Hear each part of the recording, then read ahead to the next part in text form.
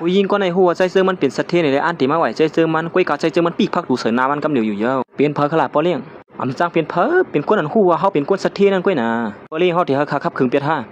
อำเป็นสังอำเฮ็ดเสื้อนั้นก็ไรเยาเขาฮัดมาหาเขาเสื้อไหนลองในเขาตื่นเตรียมฮัดกว่าลัดในเพอหรอว่าเขาเป็นสัตว์เทหลวงมหาจ่าในนั้นเฮ็ดนั่นเสียตอนตาผู้หญิงก็ในก่อสั่งไรป้องอยู่ห้างก็เหลียวมันป้องเนว่านั่งซื้อมันมีลองลีสั่งไรถึงที่ใจเสื้อมันกว่าเขาเสื้อนั้นในเยาเพราะว่าห้ามไรในก่อสุอย่าไปวนว่าสุดเดนไรนะเขาเต็มย้อมนั่นเสียสายตัดมาตีโปเลี้ยงหลวงก้อนหนึ่งแต่ก็ได้หลวงอยู่ก้อยกำปิงใส่เสื้อมันก็ใส่เสื้อมันเจาะเห็นมันก็ก็ได้ก็เป็นก้อนๆเลยเสือนั่งเสื้อมันนั่นก้อยทั้งสองในก็สั่งไรมาตึงลาดลองอันทั้งเสื้อมันเลยใส่เสื้อมันนั่นเขาจะสุเฮ็ดนั่นมือเดียวพอถึงที่แล้วเย้า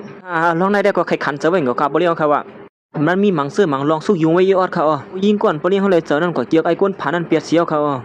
มันเลยยินเสื้อนั่นก็เปลี่ยนตกเสือลงขึ้นมาคำเดียวอีสังก็โปเลี้ยงเขาอย่าเป็นไม่เสือค่ะไอ้นั่นมันมีสังสีก็หือเนื้อดังโปเลี้ยงเขาเนี่ยได้ตื่นได้ละล่าหลมเสื้อนั่นน่ะสัวใจเอาค่ะโปเลี้ยงเขาว่าอะไรยินมาว่าวันปังป้อยบ้านมันไหนเขาตีมาโฮมซ้อมอยู่ในว่าผู้หญิงก่อนสุดเลยเสือที่ห้องเขามาในเขาว่านั่นก็หันได้เอาก้นหนมาหิมผู้หญิงก่อนก็เลยเสือเนี่ยที่นั่นสีวันปังป้อยนั่นก็สั่งเลยฮอตมาถึงก้นที่นั่นปังป้อยนั่นก็สั่งเลยอุบกุมกันอยู่ว่าเขาเลยยินว่าก้นนั้นอยู่ภายหลังปังป้อยเนี่ยเป็นก้นนั้นมักมีชื่อเสียงอย่างก้นหนึ่งในนะตอนเด็กที่ก้ามแถมพวนหูซีเวียงอันที่ปกป้องกว่าวันเมื่อนานนี่ใต้ก้อนที่มาอ่อนหูปกป้องนั่นก่อมจะลงไงในเขาว่าได้แต่อย่าว่าสั่งว่าผู้หญิงก็เลยเตะหน้าขึ้นจมเขาได้เลยว่ากำลีได้นั่นนั้นเขาตั้งสอนในก่อสั่งเลยมาเป้าอยู่หน้าพักตูนั่นสีลัดว่าไอ้นั่นพวกฮัดมาแทนได้ก่อมสั่งว่าหือมันเหี้ยว่าคนผ่านลงซึ่งนั้นฮัดมาในปังป้อยตั้งไหนสุอย่าไปไม่เจอวันเมื่อในโปลีเขาห่างแค่น้อยเป็นต้นตักเขาเย่าเขาบ่เลยนะแค่อายนั่งกีกลางเพื่อนเลยโปลีเขาตีย้อนตีไปบังเขียกสมยิงกวนเขาเลยเจอนั่นในว่าเขายันนั่นเขาก็เปิดอาลาวูเขาก้อยหน้าสั่งหยับสั่งเมื่อยันหนังนั้นก้อยหนังเก่านั่งซึ่งเลยก็มันก่อสั่งเลยฮอดมาถึงนั่งซึ่งมันก่อหันวัดใต้ก้อนเปียกเปื้อนไว้เลยสั่งทำมาสู่เป็นสร้างกว่าแล้วในเขาย้ำในนั่นเขาเป็นสร้างหนังเก่าเขาหุ้นกลางเสือสู่ก้อยเป็นสร้างและสู่ซ้ำก่อนเลยเสือตีนตัวผู้ใจก็นั่นลองสั่งละย้อนตัวเขาเป็นก้นหางลีแหละก้นมีน้ำเสือลีอยู่ซ้อมเย้าหมอลัดหมอโคหมดมีดังเสือเสือตัดเสียดังก้นปีนเสียงใต้เขาในก่อพบเพื่อนกันเต้นนะเขาเลยใจเขาเหมือนกันเย้าว่านั่งเสือมันก่อลัดถึงลองลีใจเสือมันกูซื้อกูลองหลอนมันนั่งเลยเสือนั่นเสอ๋อตีเต้มันก็เป็นเสื้อไหนนั่นเนาะยิงก็ในก็สังหารอยู่ที่นั่นเสือมันว่าฮู้คุยว่าเขาเป็นมักมีกระหือในนั่นเขาก็ตื่นทบยามาเสียอยู่เยอะหรอกนั่นสังหารที่นั่งเสือมันว่าแล้วลองในสุดถูกรีบวนเปื้อนนะสู่กลมถูกรีบวนว่าลองหักครั้งลองเร็วก็เพราะว่าเขาเปลี่ยนแลนสุดที่ให้ซึ่งหือละยิงก็ในก็คัดเสือลัดปีเสือหนังคือนั่งเสือมันที่จันจังใส่เสือมันนะลองในนั่งเสือมันก็ตื่นหนังจันจังใส่เสือมันนั่นละเสือเขาตื่นหนังเปลี่ยนแลนเฮาละหรอก็ในก็สังหารอยู่ที่นั่นเสือมันแทงว่าเปลี่ยนแลนที่แล้วเขาเป็นคนมักมีประเด็นนั้นในเขาตำลัดเนสูนั้นก็หนังเก่าใจเสือมันก็ฮอดมาถึงที่ในนั่งเสือมันก็เน็ตเลียนของเขามาใส่เสือมันกำเหลียวโอ้สุดสัตว์ซื้อขวดในก็หางดีเต้ลงแน่มาโคของในกาคันมีอยู่สิตันในก็กลัวเขากลัวสุเลนาเรียกในเกียร์กลางเปิ้นนั่นน่ะยิงก็ในก็สังลาลงขึ้นมาแทงว่าของกาคันถูกอีสังโคกาคันอย่างมีสุ่มเลี้ยวแต้มว่าเย้าโคสุ่มในเขาเลยยินว่ามีสุ่มเลี้ยวก้อยคันมันทีเนี่ยย่อม30 ล้านเนี่ยหูอีสังแต่ตึกลาดว่ามันดินโคของกาคันถูกอยู่ถูกยาบนเป็ดเลี้ยงเนี่ยหูกินเสื้อมันสอนถามถึงปอเมใจเสื้อมันแลตึกมาอยู่ตั้งหลังพุ่นเนี่ยขา2 ตัวในก็เน็ตไปแล้วเขามาใจเสื้อมันกำเหลียวไอ้สังกว่าที่แล้วก็แง่สุดที่ติ๊กในมาเขาก็ถูกลีลาตั้งเมื่อวันที่ก่อนตั้งอย่างเลยส่วนในมาซ้อมผู้หญิงเสียฮัดมาดัดข้อความเสนอว่าปอดกินผู้หญิงได้ดำเลยเขามาในปังป้อยเสนอก็ดำหูดีกว่าซุ่มขยันซ้อมเขาให้สางคนผ่านเท่านั้นลัดก็ซุ่มน้ำลายเกยนั่นนั่นก็สังลัดตีนั่งซึ่งมันนั่นว่าในพอเลี้ยงเขาต่างตัวเขามาฮับตอนส่วนเพราะฉะนั้นก็เขาเมื่อที่ในปังป้อยนั่นเนาะนั่งเสือมันก็สั่งถามว่าพอเลี้ยงศูนย์นั่นเขาไม่ให้สั่งที่ไหนล่ะเขาม่ามไรเขาหรอปังป้อยอันไหนจัดเฮ็ดขึ้นตอนตาฮับตอนเขาเนี่ยนั่งเสือมันก็สั่งนั้นว่าคือว่าเป็นกลุ่มนี้เยอะสิเพิ่นจัดเฮ็ดล่ะเขาซ้ำกับไก่อีสังก่อนอยู่ภายหลังปังป้อยในแต่เป็นใจเสือมันก้วยการร้อนผู้ใส่ก็นั่นติมาในนั้นใจเสือมันหูหันถึงซ้อมจังไรมันเป็นลองพิษเปิงลงกว่าซึ่งไหนเนี่ยใจเสือมันโกเปลี่ยนบ้วนคำเสาสมขอความรัดก็ต้อง2 โกได้อยู่ได้ขึ้นมาหานันทีปุ่นพ่นเจ้าสีเวียงที่ในนั้นเป็นจังไรร้องในฮอดหูถึงซ้อมแล้วเนี่ยย่าหมังนั้นก้วยหนังเก่าปอเมใจเสือมันก็จังไรฮอดมาถึงที่ใน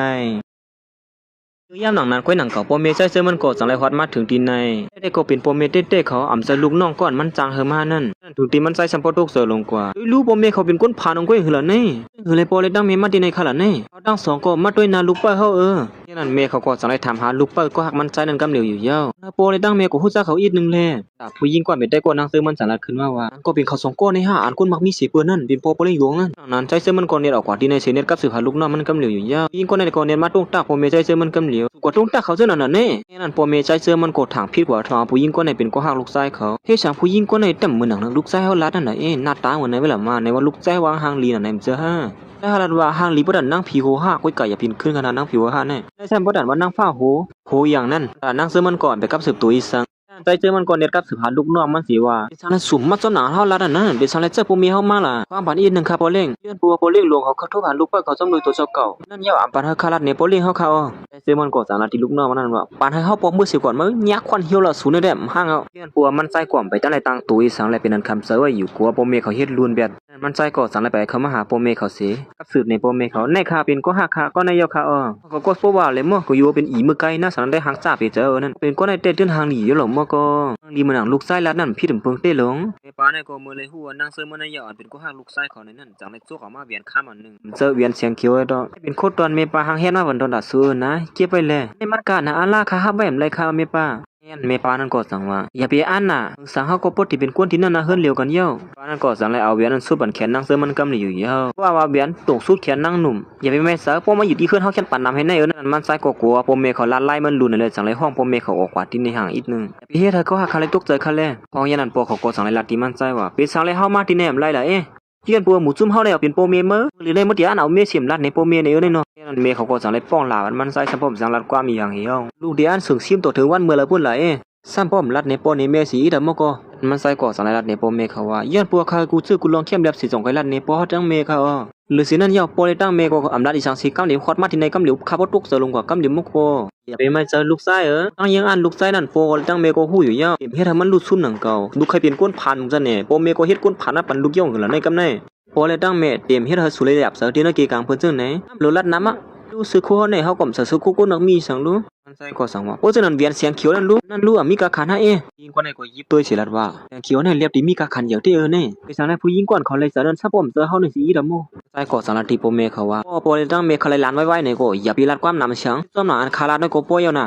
อย่าไปไม่เจอลองนั่นเด้เขาเลยตั้งเมสู่หางเฮียนตัวมาพร้อมเยอะนี่เมื่อวานเฮาก็กลับสืบแล้วนางเสือมันก็สังละที่ใจเสือมันว่าโคตรตัวนั้นในมันมีกะขันอย่างนะอาลานี่นะสัวไอ้ผู้ชายก็ได้จังลัดว่าแต่ว่าคู่ของในกะขันถูกเว้ยมันมีกะขันเยอะซึ่งหือละแน่คู่ของกะขันถูกซึ่งในฮัดออกมาตอนเบิ่นซึ่งในหลีไอ้เบิ่นน่ะก็เมปาได้ยินซึ่งนั่นเสียเป็นอันจะลำเสียอันที่ลัดออกมากะขันนั่นใจเสือมันคนเรียนมามันซุบเมเขากำเหลียวเสียลัดว่าแล้วแหวนเสียงเขียวแน่มีกะขันเสกะหือนั่นก็เพราะว่าสิแลมันมีกะขันเสกะหือก้วย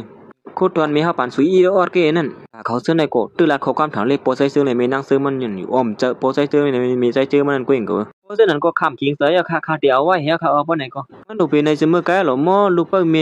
ไอ้ผู้ชายก็ได้จังลัดขึ้นมาแทงว่าที่ลัดในสัวนะวันเหมือนในโปเมโปเล่เขาก็ติฮอดมาถึงที่ในเหมือนกันเป็นคนยิบตื้นล่างอันนำสิเปิ้นที่ในกลุ่มนี้เยอะในนะลองในสุถูกตุ้ยเสียเฮ็ด